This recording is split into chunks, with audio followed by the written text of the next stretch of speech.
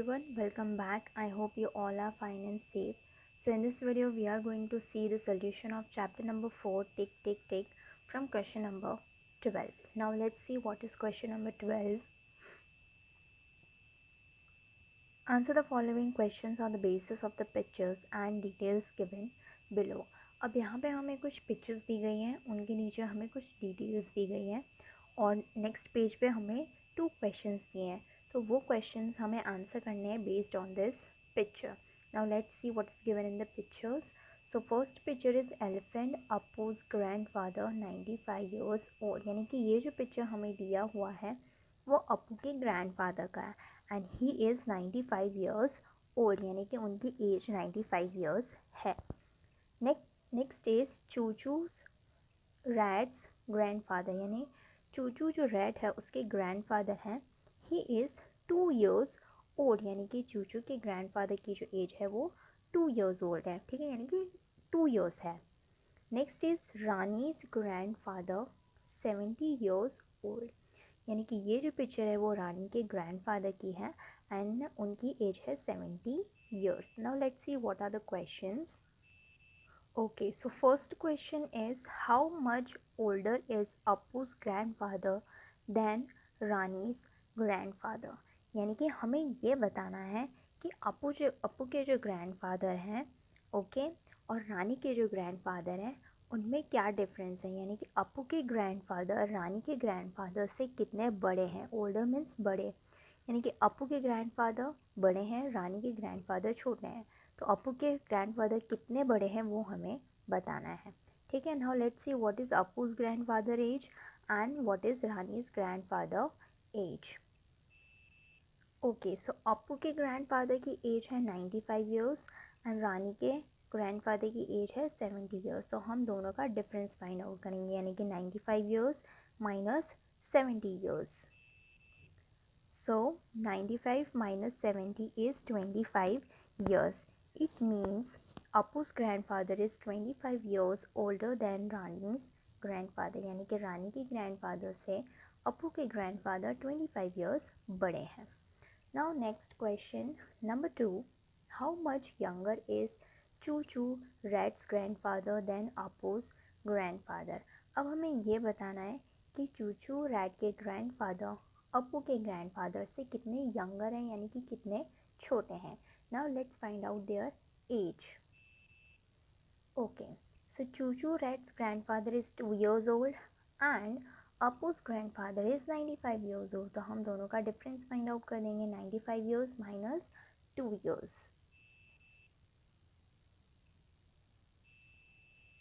Okay, so Appu's grandfather is 95 years old and Choo Rat's grandfather is 2 years old. So 95 minus 2 is 93 years. It means Choo Rat's grandfather is 93 years younger than Appu's grandfather.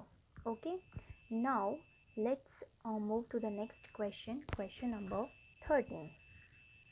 Solve the following problems. यहाँ पे हमें कुछ word problems दिए हैं, उन्हें हमें solve करना है.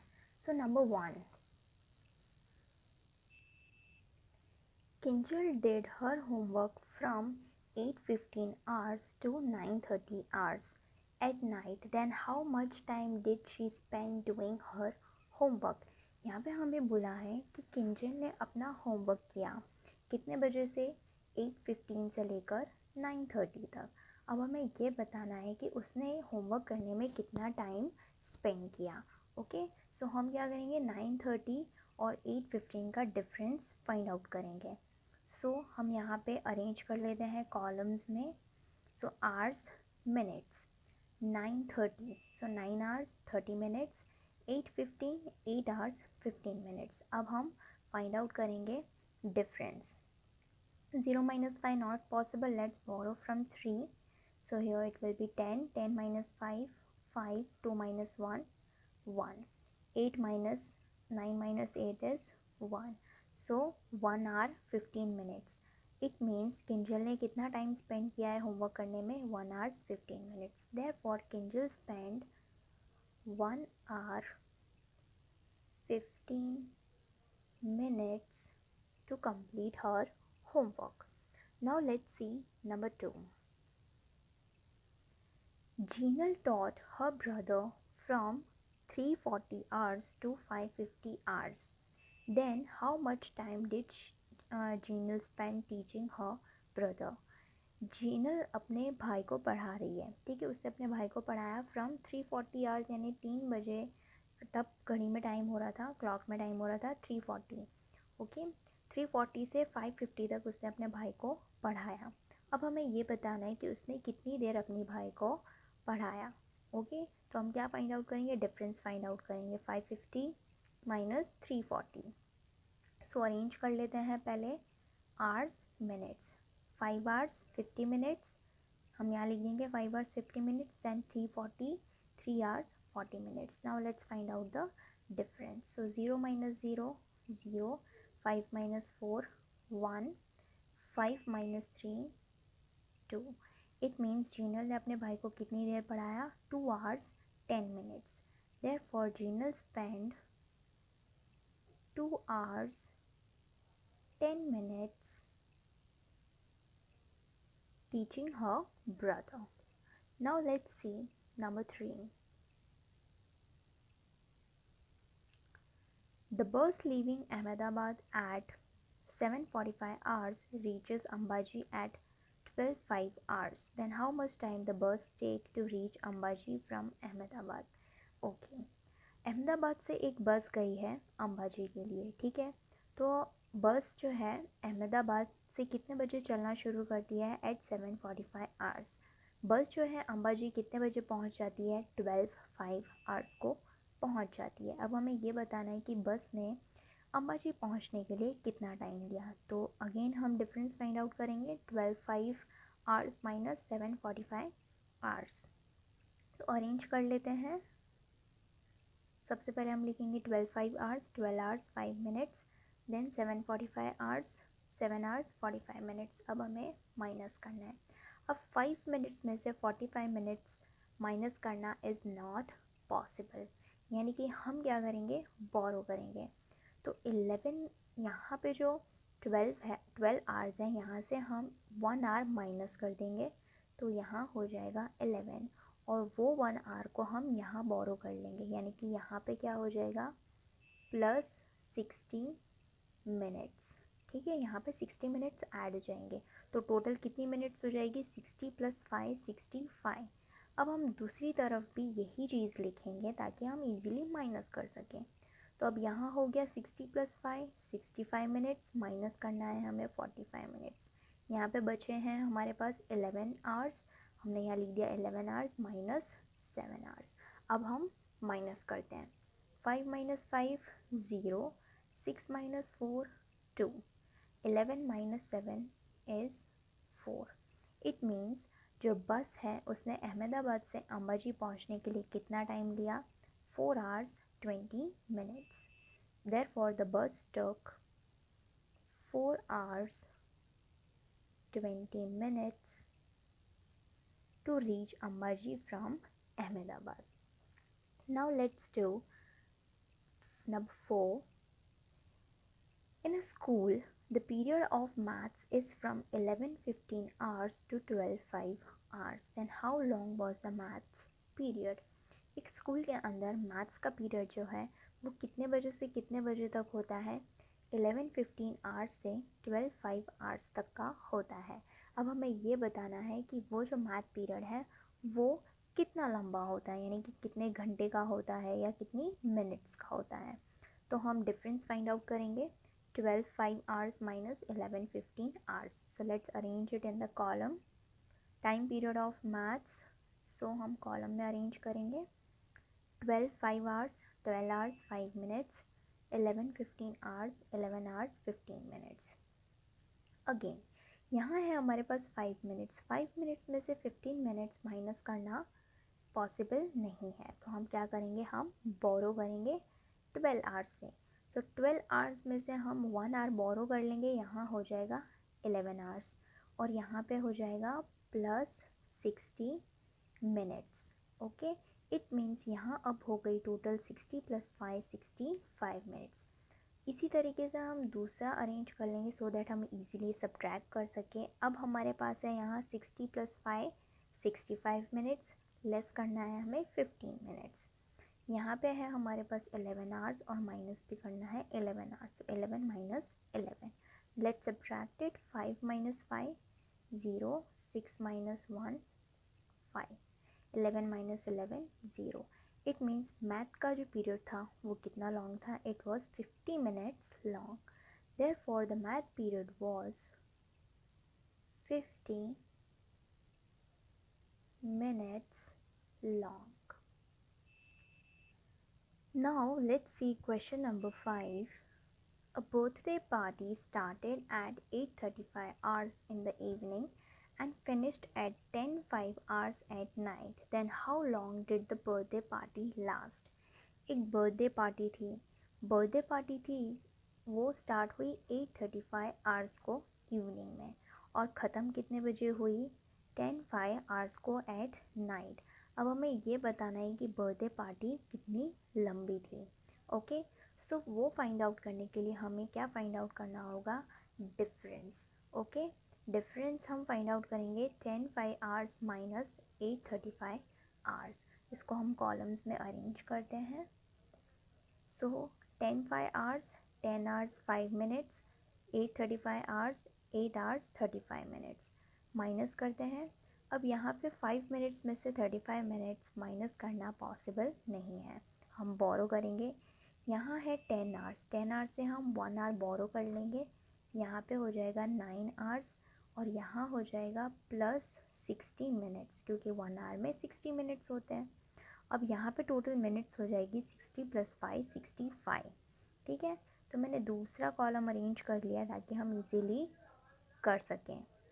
सो 60 + 5 65 मिनट्स और यहाँ पे है 9 आवर्स, माइनस करना है हमें 8 hours 35 minutes. So 5 minus 5 0, 6 minus 3 3, 9 minus 8 1.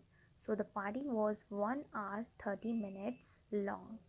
Therefore, the birthday party last 1 hour 30 minutes. Now let's move to question number 14. Fill in the blanks, fill in the empty spaces with yes or no in the table based on the details given inside it. अब यहाँ पे हमें कुछ details दी गई हैं, उन्हें हमें पढ़ना है, रीड करना है, समझना है और फिर हमें यस और नो में आंसर करना है। सो फर्स्ट हमें दिए हुए हैं आइटम्स। ये आइटम्स की manufacturing date, expiry date and then can be used in July 2018, yes और नो। अब ये जो आइटम्स हैं उनकी मैन्युफैक्चरिंग डेट दी है, एक्सपायरी डेट दी है। अब हमें ये बताना है कि ये सारे आइटम्स हम जुलाई 2018 में यूज़ कर सकते हैं या नहीं। इफ़ कर सकते हैं तो हमें यस लिखना है और नहीं कर सकते तो हमें नो लिखना है। सो फर्स्ट हमें दिया हुआ है कफ सिरप। कफ सिरप की मैन्युफैक्चरिंग डेट है 5/3/17 यानी 5 मार्च 2017 और एक्सपायरी डेट है 5 मार्च 2019। अब क्या इसे हम जुलाई 2018 में यूज़ कर सकते हैं? तो एक्सपायरी डेट जो है वो 2019 की है, हमें पूछा है जुलाई 2018, यानी कि कफ सिरप 2019 मार्च में एक्सपायर होगा और जुलाई 2018 तो उससे पहले आ जाता है। इट मीन्स हम उसे जुलाई 2018 में यूज़ कर सकते हैं, तो यहाँ आएगा yes. Next is butter. Butter की मैन्युफैक्चरिंग डेट है 17 मई 2018 और एक्सपायरी डेट है 17/5/2019। ओके, यानी कि बटर जो है 17 मई 2019 को एक्सपायर हो जाएगा, हम उसे तब यूज़ नहीं कर सकते। अब हमें ये बताना है कि क्या उसे हम जुलाई 2018 में यूज़ कर सकते हैं? तो येस, क्योंकि जुलाई 2018 2019 से पहले आता है, ठीक है, और 2019 बाद में आता है। इट मीन्स हम उसे जुलाई 2018 में यूज़ कर सकते हैं। So answer is yes. Next is number 3, medicine tablets. They were manufactured on May 2015 and expiry date is May 2017। यानी कि वो टैबलेट्स मई 2015 में बनी थी और मई 2017 में एक्सपायर हो जाएंगी। क्या उसे हम जुलाई 2018 में यूज़ कर सकते हैं? सिंस वो 2017 में ही एक्सपायर हो जाएगी, हम उसे जुलाई 2018 को यूज़ नहीं कर सकते क्योंकि वो मई 2017 को ही एक्सपायर हो चुकी है और जुलाई 2018 बाद में आता है। तो यहाँ पे हमारा आंसर है no, we can not use it in July 2018। Next is number 4, sweets. Sweets की मैन्युफैक्चरिंग डेट है जनवरी 2018 और स्वीट्स की एक्सपायरी डेट है फरवरी 2018, यानी फरवरी 2018 में वो एक्सपायर हो जाएगी।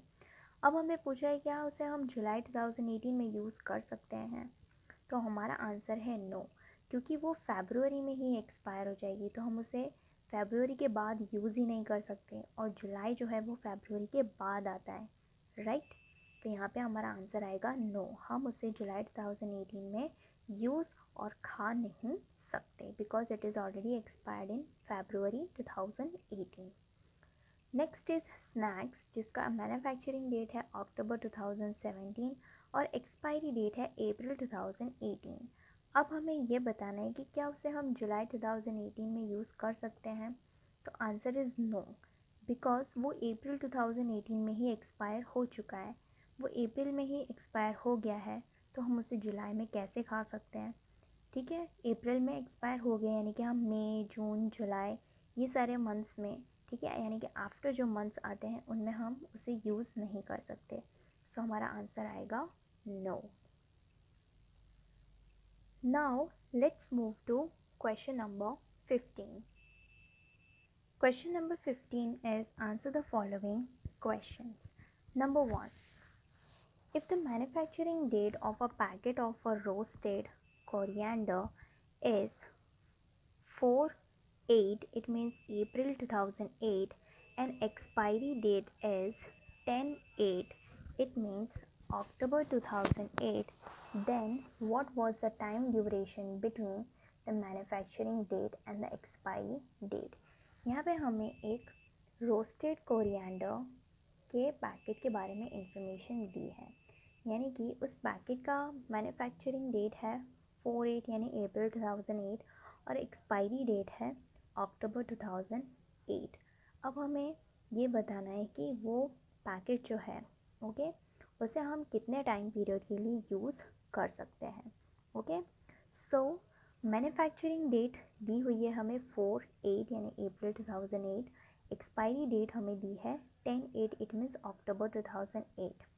Therefore, time duration between the manufacturing date and expiry date is equals to, अब हम कैसे फाइंड आउट करेंगे, तो ईयर जो है वो सेम है, ठीक है, सिर्फ हम मंथ्स पे कॉन्सेंट्रेट करेंगे। सो हम क्या करेंगे, एक्सपायरी डेट और मैन्युफैक्चरिंग डेट का डिफरेंस फाइंड आउट कर लेंगे। सो 10 - 4 months is equals to 6 months. Okay, it means वो जो पैकेट है उसे हम 6 मंथ्स के लिए यूज़ कर सकते हैं।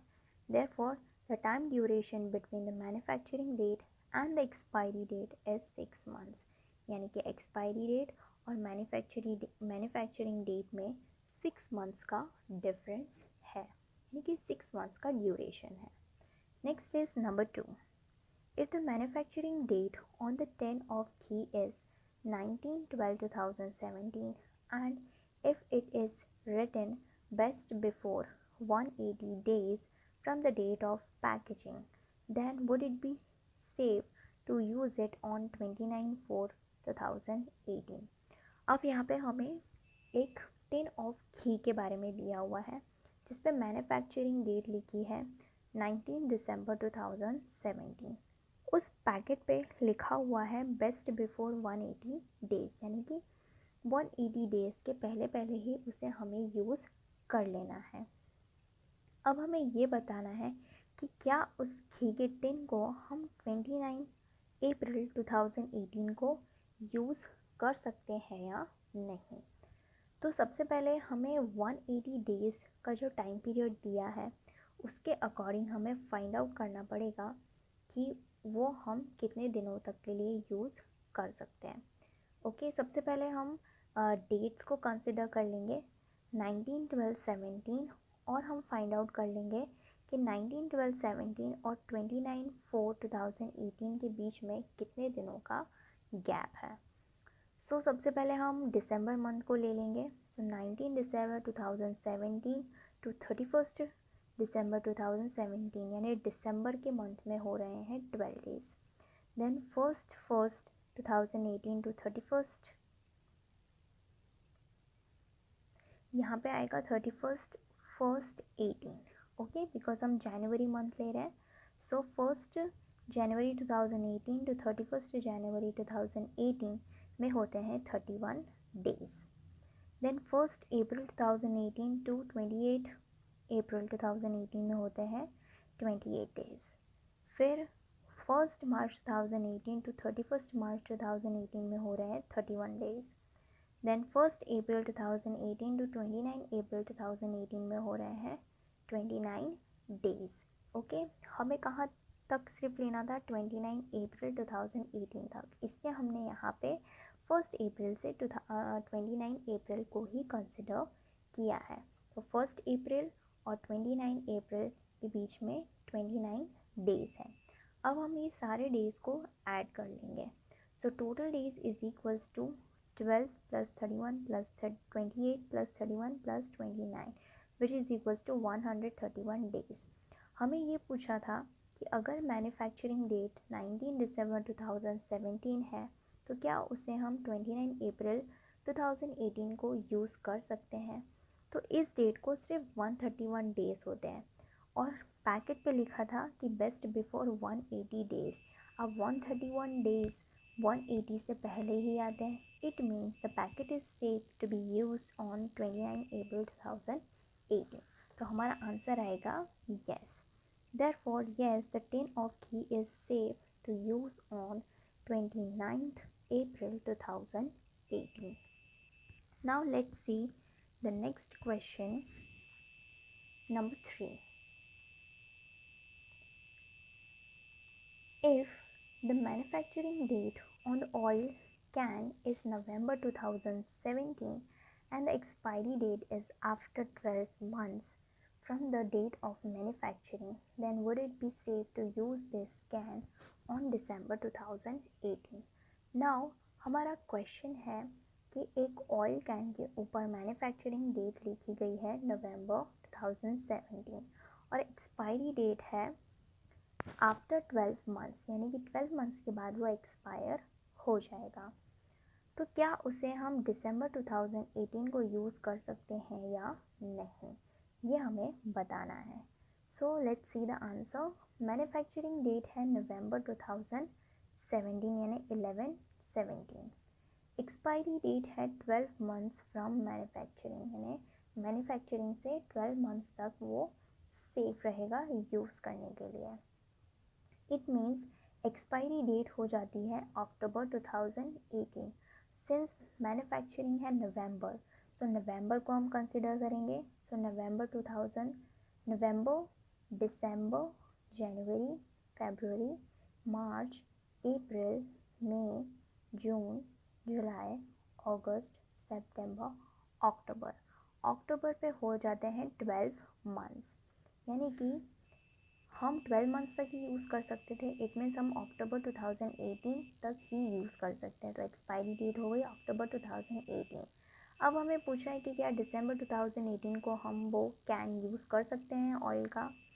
सो आंसर विल बी नो, क्योंकि वो अक्टूबर में ही एक्सपायर हो चुका है, तो उसे हम दिसंबर में कैसे यूज़ कर सकते हैं।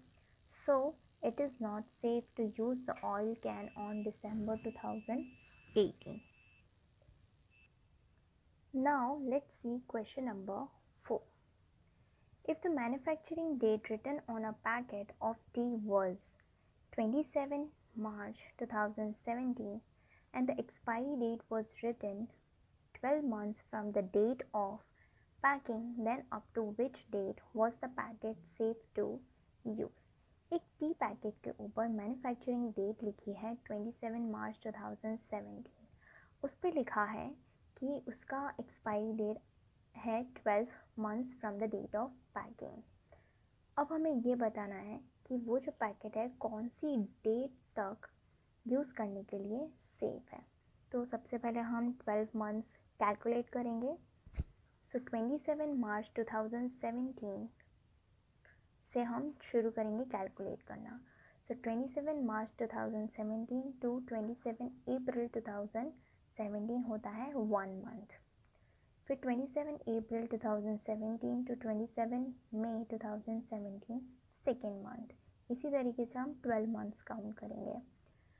27 मई 2017 to 27 June 2017, 27 June 2017 to 27 July 2017, 27 July 2017 to 27 April 2017, 27 August 2017 to 27 September 2017, 27 September 2017 to 27 October 2017, 27 October 2017 to 27 November 2017, 27 November 2017 to 27 December 2017, 27 December 2017 to 27 January 2018। यहाँ ईयर चेंज हो जाएगा बिकॉज जनवरी आ गया है, दिसंबर ख़त्म हो गया है।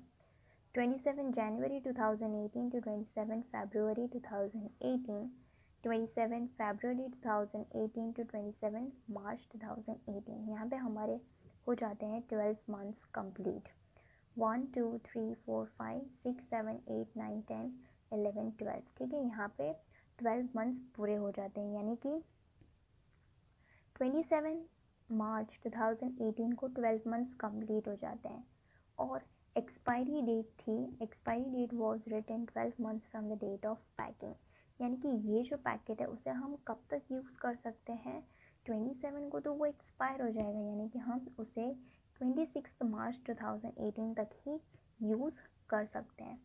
Therefore the packet is safe to use up to 26 March 2018। ठीक है, 26 मार्च तक 2018 तक ही हम उसे सेफली यूज़ कर सकते हैं। Now let's see question number 5। If the manufacturing date of a packet of bread was 3rd February 2018 and its expiry date was written 3 days from the date of packing, then up to which date was the packet safe to use? एक bread के packet के ऊपर manufacturing date लिखी है 3rd February 2018, उसकी expiry date लिखी है 3 days from the date of packing, यानी पैकिंग के डे से 3 days तक ही आप यूज़ कर सकते हैं। इट मीन्स जब वो पैक हुआ है उस डेट को भी हमें काउंट करना है। Then up to which date it is safe to use, हमें बताना है वो कब तक सेफ़ है। तो 3 days उसका जो पीरियड है हम 3 days ही यूज़ कर सकते हैं, यानी कि हम 3rd February को यूज़ कर सकते हैं, हम 4th February को यूज़ कर सकते हैं, और हम 5th February को यूज़ कर सकते हैं। 3rd 4th एंड 5th, ठीक है, ये 3 days ही हम यूज़ कर सकते हैं। तो हमें क्या बताना था, which date was the packet safe to use. तो लास्ट डेट है 5, ठीक है, एक तो 3, एक 4 और एक 5, ये 3 days ही हम यूज़ कर सकते हैं। So last date to use it safely is date 5, okay, 5th February 2018। अब हम लिख देते हैं manufacturing date 3rd February 2018, expiry date was written 3 days from the date of packaging, 3 days ही यूज़ कर सकते हैं। Here we have to include 3rd February 2018 also, ठीक है, 3rd February को भी हमें इंक्लूड करना पड़ेगा।